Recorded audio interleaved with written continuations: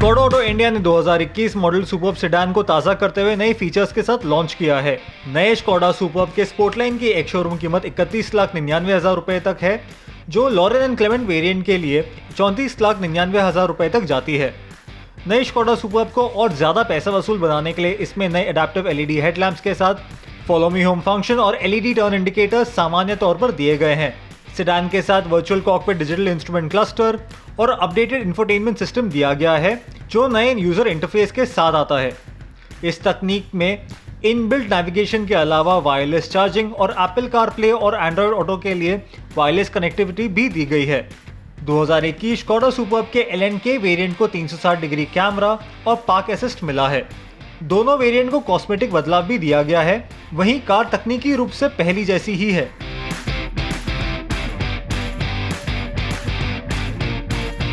2021 jeep compass facelift 27 जनवरी को भारतीय बाजार में लॉन्च की जाएगी।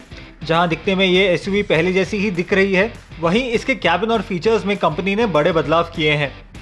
जीप इंडिया नई कंपस फेसलिफ्ट की कीमत का ऐलान लॉन्च के दिन करेगी, वहीं इसकी बुकिंग देश भर के डीलरशिप में शुरू कर दी गई है। एसयूवी में पूरी तरह से नई एलईडी हेडलैम्प्स, नए अलॉय व्हील और नए एलईडी टेल लाइट्स भी दिए गए हैं। इसका बम्पर नया है और बड़े आकार वाले इंटेक्स के साथ आता है। जीप कंपस फेसलिफ्ट के कैबिन में नया डैशबोर्ड आता है, जो बड़े आकार के 10.1 इंच के टचस्क्रीन सिस्टम के साथ लैस है।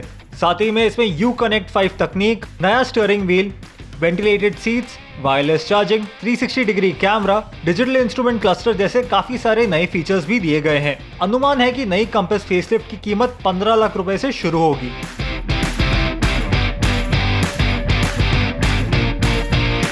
साल 2020 सभी मायनों में चुनौतियों भरा रहा और इसका बड़ा गहरा असर ऑटोमोबाइल जगत पर भी देखा गया है।